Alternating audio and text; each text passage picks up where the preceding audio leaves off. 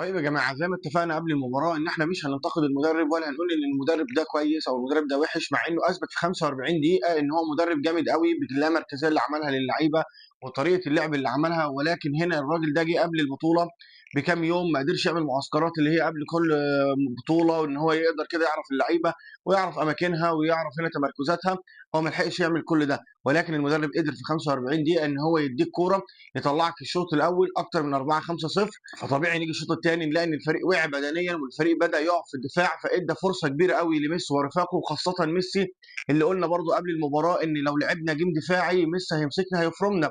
وده اللي حصل فعلا، ان ميسي اول ما الفريق وقع بدنيا، اول ما الفريق رجع للدفاع وبدا يلعب كده باستثارات دفاعيه، ميسي بدا يستحوذ على الكوره. ميسي بدا يبقى ميسي اللي هو احنا عارفينه، بدا كده يحط الكوره تحت رجله وياخد واحد واثنين وثلاثه، وكميه البينيات اللي عملها وكميه السروهات وكميه استحواذ، هو اللي رجع الاستحواذ كله الانتر ميامي. وطبعا مين اللي عمل كده؟ لعيبه الاهلي، لان لعيبه النادي الاهلي الشوط الاول المفروض يطلع المباراه 4 او 5-0، فانت وقعت بدنيا. فلما وقعت بدنيا انت رجعت كده وتراجعت دفاعيا، فطبيعي ان انتر ميامي وميسي هيبدا بقى يشتغل، ان مفيش ضغط عليه.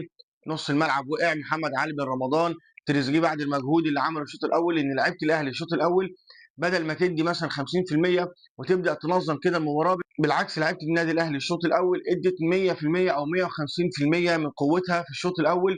فكان لازم ان النادي الاهلي يقدر يحسم هنا المباراه. ولكن تيجي هنا الشوط الثاني، انا مره واحده كده لقيت نفسي ان انا رجعت كده ل 2022 و23، فريق موسيماني، طاهر جناح يمين وحسين الشحات جناح شمال وقفشه هنا صانع العاب، بغض النظر بقى عن مين المهاجم.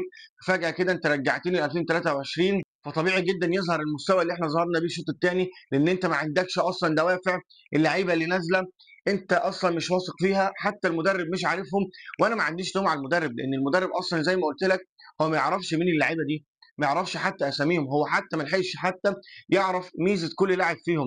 فطبيعي ان كل لاعب لما ينزل هو المدرب بينزل مركز بمركز، لان هو اصلا زي ما قلت لك هو مش عارف مين دول.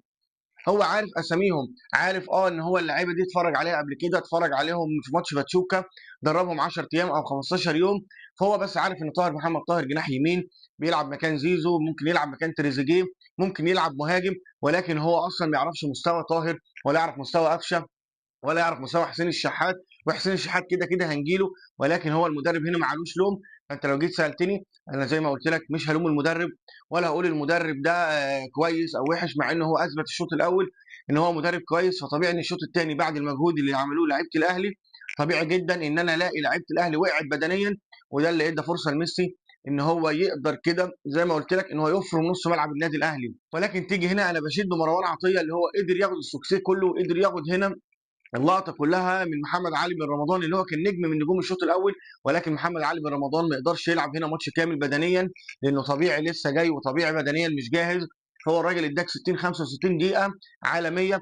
طبعا حمدي فتحي قدر كمان مروان عطيه ان هو يقدر ياخد السوكسيه كده واللقطه من حمدي فتحي. عندي تعليق على حمدي فتحي ان هو ما كانش حمدي فتحي برده المستوى اللي احنا مستنيينه منه. كان كويس، ولكن مش حمدي فتحي، ما كانش بيضغط كده على ميسي، ما قدرش كده يسيطر على نص الملعب في الشوط الثاني. هل هو وقع بدنيا مع باقي الفريق؟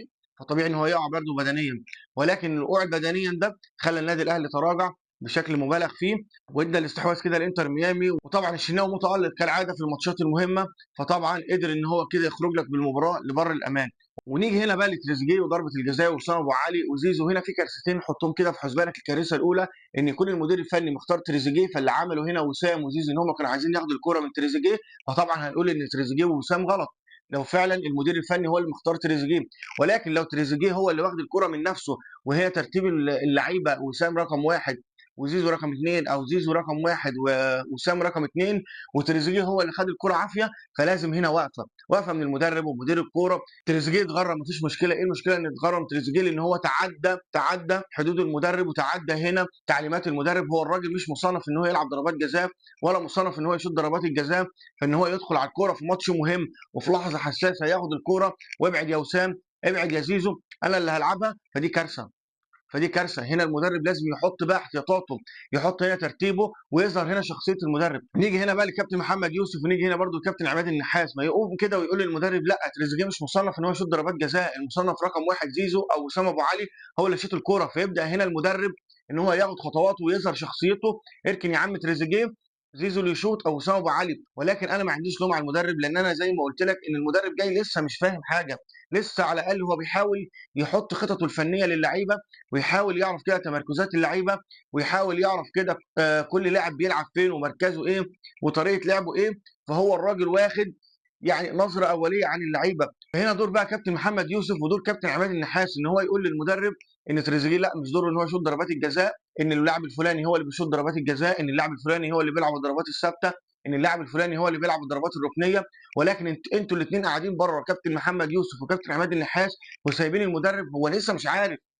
طب انتوا دوركم ايه؟ يعني هو كابتن الخطيب جايب كابتن محمد يوسف مدير كوره، وجايب كابتن عماد النحاس، اللي كابتن الخطيب اصر ان كابتن عماد النحاس يكون موجود اصلا في الجهاز، لازم يكون مدرب مصري موجود. طب احنا جبنا مدرب مصري ليه؟ يكون موجود مع الجهاز الفني عشان يعرفوا، هي دي التريكات اللي احنا جايبينك عشانها، تعرفوا ان فلان ده بتاع ضربات جزاء، ان فلان ده بتاع ضربات ثابته، ان فلان ده بتاع ضربات ركنيه. فاحنا جايبينك عشان كده، الكابتن الخطيب اصر على وجودك عشان حاجات زي دي. فانت حتى في الحاجه اللي احنا جايبينك عشانها يا كابتن عماد النحاس تبقى مع المدرب، انت ما عملتهاش، فاحنا مستنيين منك ايه؟ فاللوم الكبير على كابتن عماد النحاس مش على ريفيرو في ضربه الجزاء اللي حصلت بين تريزيجيه ووسام وزيزو. لازم نتخطى الحته دي، والماتش الجاي نبقى عارفين ان زيزو لا رقم واحد او وسام رقم واحد، وكل لعيب عارف مهامه، وكل لعيب عارف مين اللي هيشوط ضربه الجزاء، مين اللي هيلعب ضربات ثابته، مين اللي هيلعب الركنيه. فدي نتعلم منها للماتش الجاي.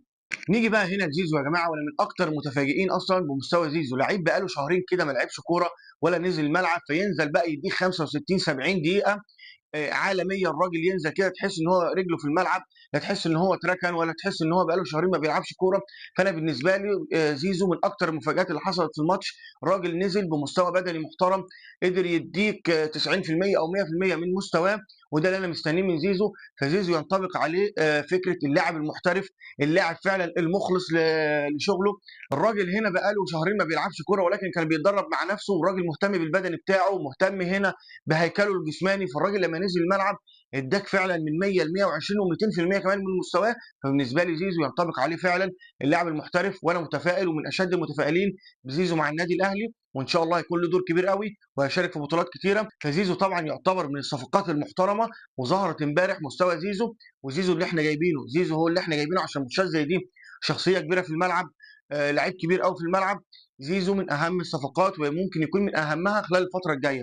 نيجي بقى لعم حسين، وما اعرفش انت عايز مننا ايه يا عم حسين، ارحمنا، ده انت خليت الناس شيعه. الحكم بيقول لك هنا في اخر دقيقه بدل ما يصفر، بيقول لك روح يا عم هات جول، بدل ما كنت رايح هنا 2-1 بقيت 4-2، فضلت تمشي بالكوره، فضلت تمشي بالكوره خطوه واثنين وثلاثه واربعه. عايز ايه؟ عايز إيه؟ انت بتفكر في نفسك، لعيب بيفكر في نفسه بالظبط. عايز يتقال عليه ان حسين الشحات هو المونديالي؟ يا عم ما تلعب للفريق. انت هنا لما تلعب للفريق هيتقال ان حسين الشحات هو اللي عامل الاسيست. حسين الشحات في الدقيقه 95 البدني بتاعه كان كويس، وقدر يعمل هجمه مرتده، لكن اللي عمله حسين الشحات في الهجمه دي ما هو الا جريمه كرويه، جريمه كرويه يتحاسب عليها. حسبي الله ونعم الوكيل. بدل ما نطلع هنا الماتش كسبانين 1-0 ونرتاح بقى باقي المجموعه، ونبدا نفكر هنتعادل الماتش الجاي مع بالميراس او نتعادل الماتش الجاي مع بورتو، ونحط هنا رجل قدام في الدور الثاني، ونحط هنا اول فوز ب 2 مليون دولار. انت ضيعت كل ده يا عم حسين، ضيعتهم، ضيعتهم بسبب انانيتك، وان انت بتفكر في نفسك. لعيب اناني، كل واحد امبارح عايز يفكر في نفسه، تريزيجيه وحسين وطاهر وقفشه، كل ده عايز يفكر في نفسه، كل واحد عايز ياخد السوكسيه، كل واحد عايز يتقال ان هو النجم، هو اللي جاب الهدف، هو اللي جاب الفوز. لعيبه الاهلي امبارح بتلعب لنفسها الشوط الثاني، وحتى الشوط الاول اللي عمله تريزيجيه برضه بيلعب لنفسه. كل دي كوارث حصلت امبارح لازم نتخطاها الدور الجاي، لازم نتخطاها الماتش الجاي. ان احنا لو طلعنا بالسيناريو المعتاد في كل بطوله بندخل بيها، هنفتكر الهجمه دي، هنفتكر ضربه الجزاء، وهنفتكر كل الفرص اللي ضاعت دي في ماتش انتر ميامي. نركز بقى الماتشات الجايه. بالنسبه لي ريفيرو زي ما قلت لك، حتى لو ادى ماتش كويس، فهو بالنسبه لي انا هقتنع بريفيرو بعد ما ياخد معسكر كده شهر ونص او شهرين مع اللعيبه، يبدا يفهم اللعيبه، يبدا يطبق فكره. هبدا احكم بقى على ريفيرو، ولكن هو في اول 45 دقيقه مع النادي الاهلي هو الراجل بانت فلسفته، بانت طريقته، وعايز يلعب ازاي. فنقدر نحكم عليه امتى؟ بعد شهر او شهر ونص، ان هو يقدر يعمل معسكر، يبدا يعرف اللعيبه تمركزاتها ايه، ميزه كل لاعب ايه. فتقدر وقتها تقول ان ريفيرو كويس او لا مع الماتشات اللي هيلعبها. بالتوفيق للنادي الاهلي الماتش الجاي، ماتش بالميراس، ماتش قوي، ماتش ما فيهوش فصال، ماتش لازم تدخل عينك على المكسب فقط، اي حاجه غير تاني هندخل في حاجات معقده وتعقيدات. مجموعه صعبه والمجموعه اتصعبت. بالتوفيق للنادي الاهلي، وانتظروني في حلقه تانيه، وما تنساش تعمل طبعا فولو وسبسكرايب وتفعل الجرس، واستنى اي فيديو جديد مننا. سلام.